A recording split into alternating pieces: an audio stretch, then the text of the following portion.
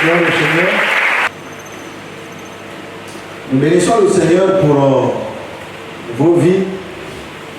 Nous bénissons le Seigneur pour votre fidélité, non seulement à Dieu, mais aussi à cette église de Balise 2. C'est vraiment informateur.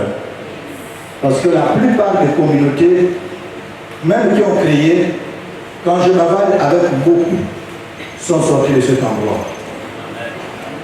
Et c'est votre travail. Estimez-vous heureux parce que vous formez. Ne pensez pas que former là, les gens resteront toujours avec nous. Nous formons pour que le royaume avance. Donc tout concourt au bien de ceux qui aiment Dieu. Et je suis très reconnaissant pour les femmes et les hommes de Balise. Ce matin, je veux lire un passage du livre de Agé. Quand vous prenez le nom d'Agé, la signification d'Agé, c'est joyeux. Ainsi parle l'Éternel des armées. Encore un peu de temps, et j'ébranlerai les cieux et la terre, la mer et l'océan. J'ébranlerai toutes les nations. Les trésors de toutes les nations viendront. Et je remplirai de gloire cette maison, dit l'Éternel des armées. L'argent est à moi, et l'or est à moi, dit l'Éternel des armées. La gloire de cette dernière maison sera plus grande que celle de la première, dit l'Éternel des armées. C'est dans ce lieu que je donnerai la paix, dit l'Éternel des armées. Ce matin, je voudrais dire à une vie, je voudrais dire à une personne, je voudrais dire à un homme, à un jeune, à une femme, que c'est encore possible pour toi. Nous parlerons plus de manière prophétique. Plus de manière prophétique parce que le message qui est ici, les versets que nous avons lus, ne parlerait pas de choses présentes. Parce que quand vous lisez le premier verset, il y a eu un constat. Et le constat était amer. Le constat poussait les personnes à un désespoir. Et c'était une déception totale parce que tout était en ruine. Il s'agit du peuple d'Israël qui est parti en exil. Et en partant en exil, Jérusalem était détruite. Non seulement la ville, mais y compris ce qui faisait la fierté de la ville. Ce qui faisait la fierté du peuple. Et pour le peuple juif, leur fierté était avec le temple. Vous vous en souvenez que même avec la femme samaritaine, elle dira, vous dites, nous, on prie sur les montagnes. Et vous dites que nous prions au temple. Parce que la fierté du peuple d'Israël résidait dans le temple. En fait, si tu voulais les avoir, ou si tu voulais voir leur réaction, il fallait toucher le temple. Mais quand ils reviennent, non seulement que la ville est détruite, mais aussi le temple est détruit. Ils sont dans un désespoir total. Et c'est dans ce désespoir-là qu'un prophète va se lever. Si vous suivez ce qui est écrit, c'est toujours ainsi dit l'Éternel. Dans ce livre, il y en a à peu près 25 fois. C'est à cause de ça que je me force de vous dire. Rassurez-vous de ce que vous dites quand tu dis Dieu m'a dit. Rassurez-vous que ce ne sont pas vos pensées. Ne le faites pas sur l'abus du langage. Ça, c'est une autre déclaration. Ainsi parle l'Éternel où Dieu m'a dit. Vous engagez quelqu'un. Donc, si tu n'es pas sûr, parle de manière modeste. C'est ce que je crois juste. C'est ce que je pense. Selon moi. Mais Dieu m'a dit. C'est une déclaration dangereuse. Je dis bien dangereuse. Jouez avec tout, mais ne jouez pas avec le nom de quelqu'un. Nous avec ces déclarations-là, ce n'est pas parce que Dieu nous donne la possibilité d'être en contact avec lui et que nous allons dire à son nom même ce qu'il n'a pas dit. Et notre médiocrité spirituelle tire aussi ses origines dans ce mensonge-là, de pouvoir donner un message au nom de quelqu'un alors qu'il ne t'a pas demandé de le faire. Mais il est difficile, frères et sœurs, il est difficile vraiment d'être convaincu que ce message vient de Dieu. Parce que ce que tu es convaincu ne veut pas forcément dire que ça vient de Dieu. C'est sur cette base qu'il faut être modeste dans le langage. Vaut mieux être modeste que dire une déclaration là où Dieu n'a pas dit. Si tu dis, Dieu a dit, si ce n'est pas vrai, c'est les malédictions que tu t'attires. N'étant toujours pas sûr. Il a dit que ce qui n'est pas le fruit de conviction, c'est un péché, mais il n'est pas dit que ce qui n'est pas le fruit de conviction, ce n'est pas la parole de Dieu. Être convaincu ne veut pas dire que ça vient de Dieu. Utiliser un langage modeste. Ce que je crois juste, selon moi, je pense, je crois. Au moins quand tu parles de cette manière, tu n'engages personne. Et plus tard, quand on vérifiera que ce n'est pas vrai, et là-bas tu as dit Dieu a dit, quand ce n'est plus vrai, finalement, quel Dieu t'a dit? Et quand on va dire que tu es possédé, tu vas dire non, on va insulter. Mais certainement, c'est un autre Dieu qui t'a inspiré, qui n'est pas l'éternel Dieu. Parce que si ce n'est pas lui qui a parlé, ça va être quelqu'un d'autre. Il n'y a que ces deux cas-là. Apprendre ou à laisser. Il dit, il est fidèle à l'alliance qu'il a faite avec toi. Dieu reste fidèle au contrat. Tu peux compter sur ses promesses. Il a décidé d'ébranler, sans seulement de bousculer, d'enlever, non seulement enlever, mais de secouer. Mais quand il parle de secouer, c'est secouer les difficultés. C'est ébranler les situations difficiles que tu traverses. Il a décidé. Et puis, il dit, quelle que soit la situation que tu traverses, l'or et l'argent l'appartiennent. Je veux dire ce matin, tout est encore possible pour toi. La vie de demain sera forcément meilleure que la vie d'aujourd'hui. Il y a plusieurs raisons. Quand vous prenez le nom d'Agé, la signification d'Agé, c'est joyeux. Mais n'oubliez pas le contexte, là où il revient en Jérusalem, la ville est détruite. Il est difficile d'être joyeux quand tout est en ruine. Mais Dieu sait pourquoi. C'est Agé, dont le nom veut dire joyeux, qu'il va communiquer le message d'espoir.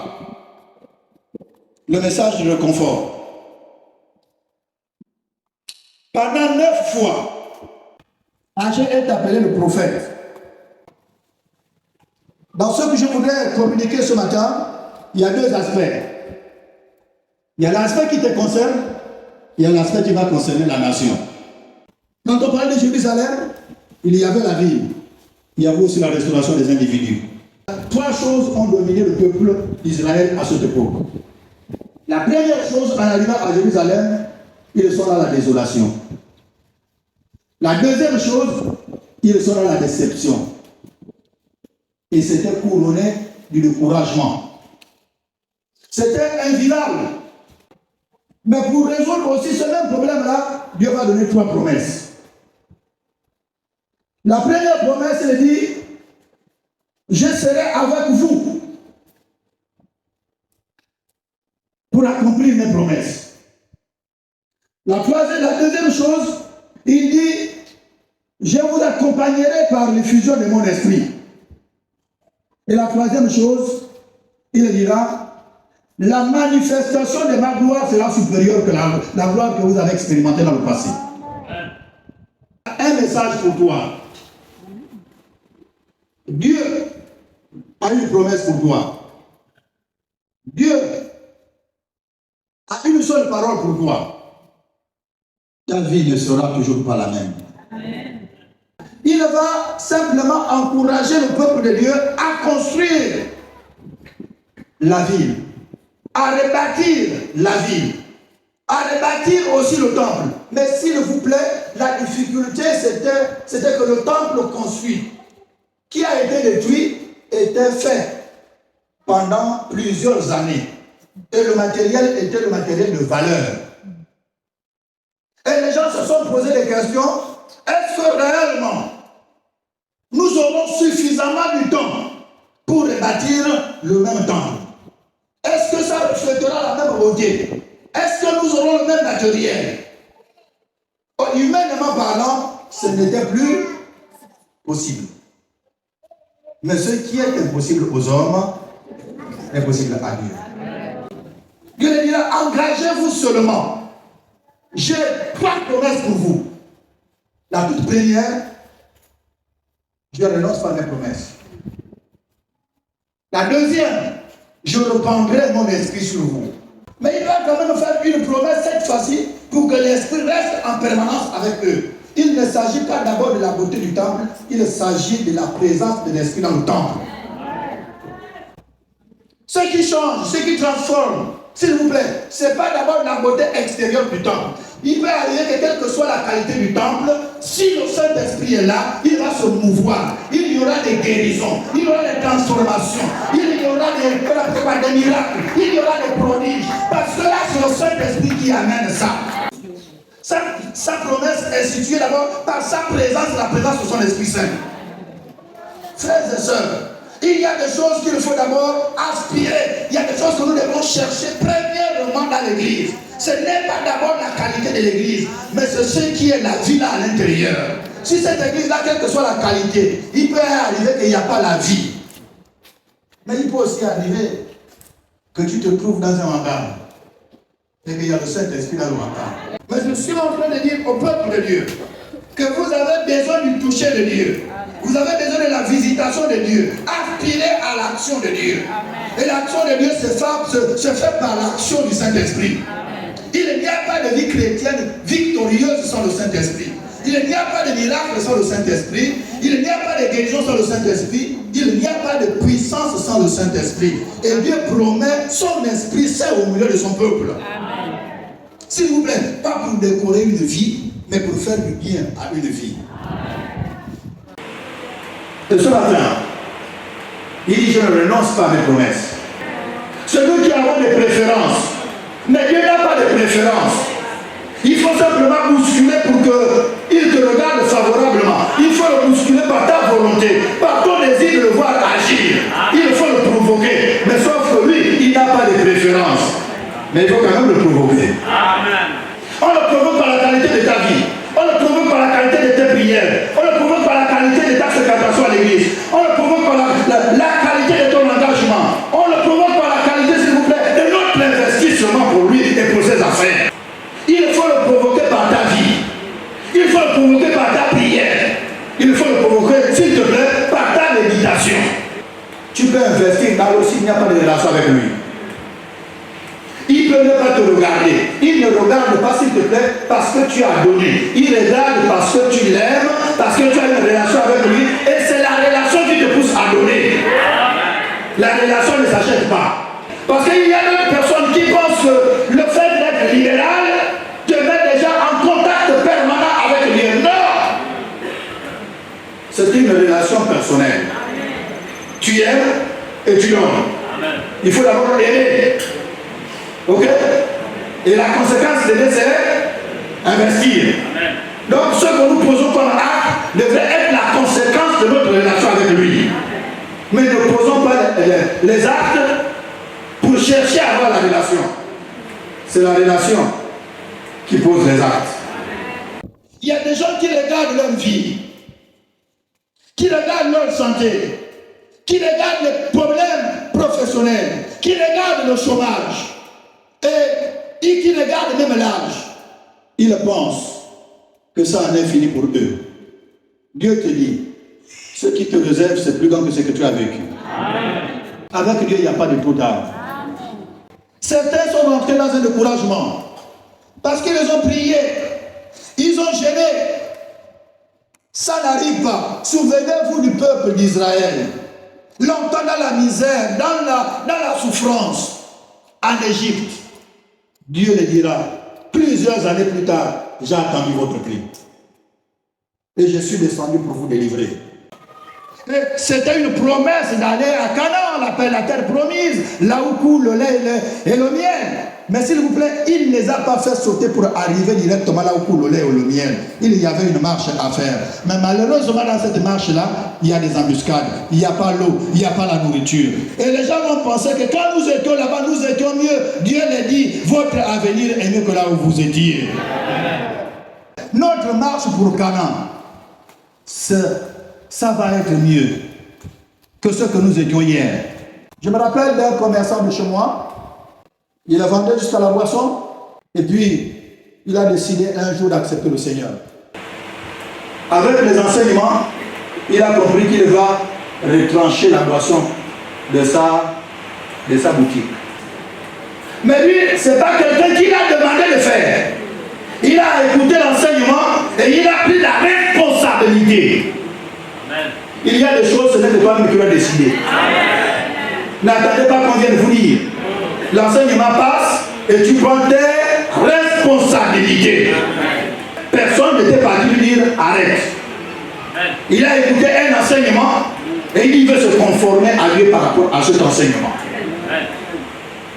Plusieurs chrétiens, c'est le raisonnement. L'enseignement est passé et chacun prend ses responsabilités.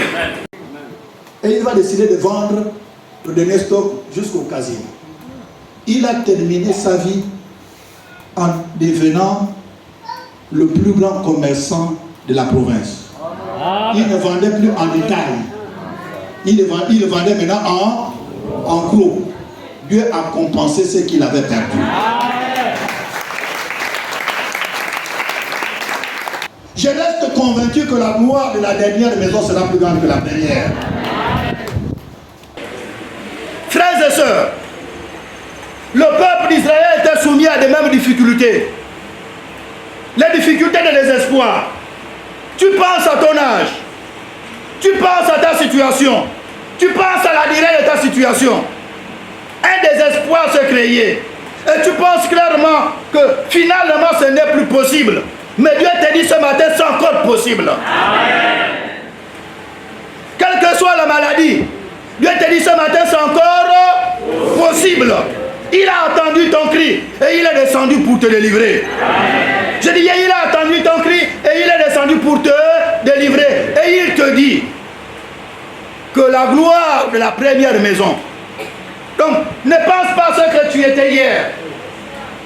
Pense plutôt à ce qu'il veut que tu deviennes demain. Amen. Parce que pour lui, demain sera mieux qu'aujourd'hui. Dieu est souverain. Amen. Il ne t'abandonnera point. Amen. Que sa compassion ne soit pas leur terme. Mais ça se renouvelle tous les matins pour ses enfants. Amen. Et ce matin, ça se renouvelle encore. Amen. Pas pour n'importe qui, mais pour toi ce matin. Amen. La gloire de la dernière maison sera plus grande que la première. Il va dire aux enfants d'Israël, le peuple juif, construisez seulement la ville, construisez le temple, le reste je m'en charge. Comprenez que ne réfléchissez pas, vous pensez au matériel, vous pensez à la durée de la construction. Il le dira plus tard, Jésus lui-même, il dit détruisez ce temple, moi je le construirai en 3 jours. Amen. Mais il ne s'agit pas, s'il vous plaît, seulement d'un temple ordinaire comme celle que nous avons aujourd'hui. Mais il a aussi dit plus tard que nous sommes le temple du Saint-Esprit. Donc Dieu réside en nous. Du fait que Dieu réside en nous, et cette maison-là sera plus grande que la maison d'hier. Parce que tu n'es pas conjugué dans le passé. Tu t'appelles aussi je suis comme Dieu. Amen. Il ne faut pas te situer là où tu étais. C'est les autres plus tard quand nous allons partir vers Dieu. Et il dirait, il était une fois. Mais pour le moment tu existes encore. Tu n'étais pas, tu ne seras pas, mais tu y es. Amen. Et pendant que tu y es, ton Dieu aussi s'appelle je suis. Et il a pris la responsabilité, s'il te plaît, de changer ta situation. Tu n'as plus besoin de t'inquiéter. Tu n'as plus besoin de vivre le désespoir. Tu n'as plus besoin du découragement. Ce n'est pas un homme qui prend la responsabilité. responsabilité. C'est le Dieu qui a dit, je fais grâce et je tiens à toutes mes promesses. Notre Dieu ne nous amène pas en arrière. Tu sens que, s'il te plaît, ce n'est qu'une situation passagère. Dieu ne t'a jamais abandonné. Crie à lui, il te répondra. Amen. Je voudrais vous dire ceci, peuple de Dieu. C'est la même description que nous voyons du Gabon. Il n'y a plus un langage devant l'horizon. Le Gabon, c'est une terre de Dieu. Amen. C'est Dieu qui a créé le Gabon. Amen. Et lui, il a l'avenir de ce pays entre ses mains. Amen. Les gens vont se succéder. Mais Dieu reste souverain. Amen. Changeons simplement de langage. Je ne vous demanderai pas ici de soutenir qui que ce soit, mais votre langage, c'est que le Gabon de demain sera mieux que le Gabon d'aujourd'hui. Les chrétiens, nous avons longtemps condamné, nous avons longtemps remis même le Gabon, même nos familles à l'ennemi, soi-disant, ça en est fini. Mais Dieu dit, ce n'est pas encore fini. Le point final, c'est Dieu qui donne, pas un homme. Amen. S'il vous plaît, nos phrases seront remplies de virgules, des points-virgules, des points d'exclamation. Mais le point final, c'est Dieu qui mettra. Les sorciers ne mettront jamais un point final. Ils t'ont rendu malade aujourd'hui, ce n'est qu'une virgule. Ce n'est pas la fin de la phrase. Ne limitez pas les grâces de Dieu avec une bénédiction quelconque que vous souhaitez. Il y a plus qu'une bénédiction particulière. Je dis, tu es marié, gloire à Dieu. Tu as des enfants, gloire à Dieu. Mais si, même s'il y a une chose que tu n'en as pas, mais rends d'abord grâce à Dieu pour ce que tu as. Notre Dieu, c'est un Dieu de bénédiction. Mais malheureusement, notre médiocrité, tant qu'il ne m'a pas donné le ventilateur là, il ne m'a jamais béni. Et on devient ingrat. Et vous allez comprendre que même ceux qui étaient déjà comme des acquis, ça va être menacé par l'ennemi, sucé par les sauterelles, et Dieu ne peut plus intervenir parce qu'il t'a donné. Tu n'as pas entretenu, tu n'as jamais été reconnaissant. Mais je voudrais aussi vous dire que en toute honnêteté, vous n'aurez jamais tout. C'est ça la vérité. Contentez-vous d'abord de ce que vous avez et vous demandez à Dieu, nous rendons grâce à Dieu, il le donnera à son temps. Et s'il a pensé donner après 10 ans, et que tu vas d'abord l'abandonner parce que tu attends, il ne t'a pas donné. Mais c'est toi qui perds. Parce que quand tu te retires là, il se retire aussi avec toutes ses grâces. Donc même ce que tu avais comme acquis, ça s'évapore dans l'air. Bénissons notre pays. Nous rentrons dans une phase totalement différente. J'étais en train de suivre le jour là, quand on remettait le rapport du dialogue, on appelait comment? National. Je me suis posé la question avec ceux qui étaient ensemble que moi à mon bureau. On pouvait penser parler comme ça au Gabon. Mais Dieu est en train de faire son travail. Je dis bien Dieu est en train de faire son... Frères et sœurs, je tiens à vous le dire. Clairement, c'est ça la vie chrétienne. Vous avez besoin de quoi de ce pays? Moi, j'ai besoin de l'eau, j'ai besoin du courant, j'ai besoin du travail, j'ai besoin de routes, j'ai besoin de se faire soigner. S'il vous plaît, qu'on nomme n'importe qui, ça c'est son affaire. Mais ce dont moi j'en ai besoin, si ça arrive, c'est ça l'essentiel.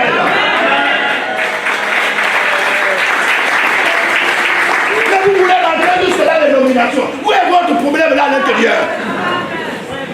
On ne dicte pas quelqu'un, celui qui a la vision a la responsabilité de choisir qui il veut pour l'accompagner dans sa vision.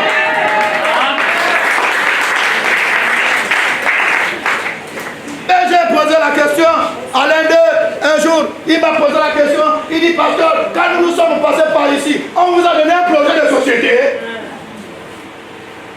On a reçu une vision. Et ils font tout pour accomplir ce qu'ils ont reçu. Il dit, attendez, demandez les comptes pour celui qui se présentera avec un projet de société. Mais pour nous, frères et sœurs, vous avez besoin de quoi? Des nominations. On nous a toujours nommés. Il y en a toujours eu, même dans le passé. Mais dites amen. Ça a changé quoi? C'est ça dont vous en avez besoin. Mais c'est ça que vous parlez dans les réseaux sociaux. Priez le Seigneur. On a besoin du courant en permanence. On a besoin de l'eau en permanence. On a besoin de la santé des hôpitaux. On a besoin de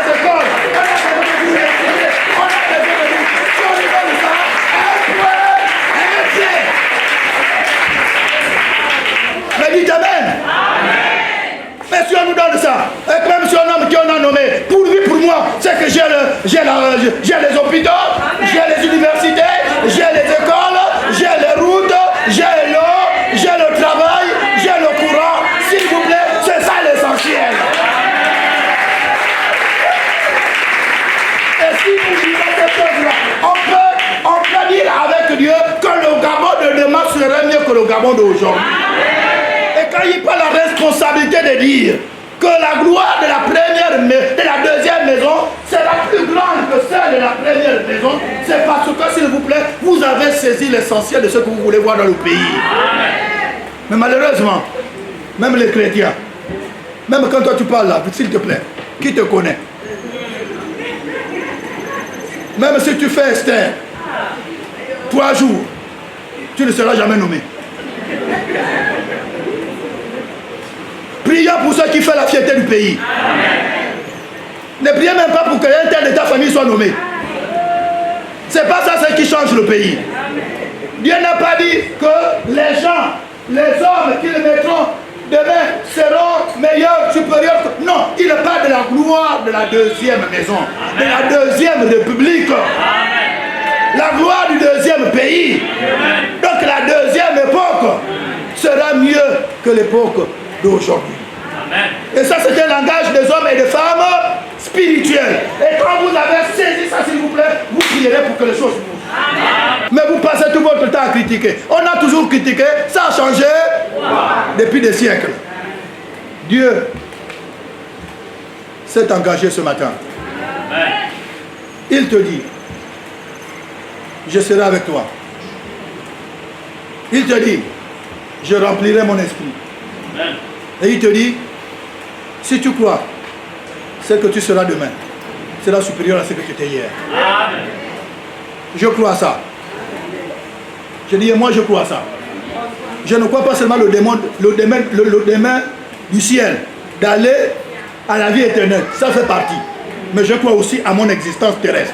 Amen. Parce que j'ai besoin d'un minimum vital. Et ce minimum vital là, s'il vous plaît, le ciel, je vais d'abord l'expérimenter sur terre.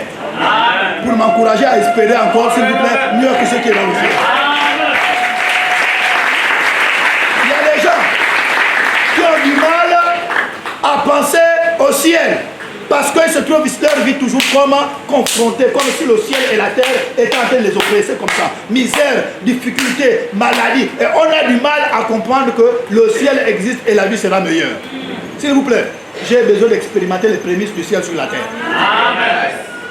J'ai besoin d'être en bonne santé. Parce qu'au ciel, on parle de la bonne santé, pas maladie. Et si Jésus a guéri sur terre, c'est que moi aussi j'ai besoin de la guérison. Amen. Je ne serai pas là ce matin pour vous prêcher Jésus si je suis malade. Vous comprenez? Les avantages du ciel sur la terre. J'ai besoin de manger. J'ai besoin de m'habiller. C'est pas un tort, s'il vous plaît. Amen. Vous n'avez pas besoin de ça? Si. Je vais terminer en nous encourageant ce matin. Non seulement pour votre propre vie, Dieu a des projets. Amen. Ne vous considérez pas fini, vous n'êtes pas encore fini. Ne vous considérez pas inutile, vous n'êtes pas encore inutile. Ne pensez pas que votre situation est devenue impossible. C'est impossible pour vous. Mais Dieu ce matin prend la responsabilité. Quelle que soit la situation, il te promet que demain va être mieux qu'aujourd'hui.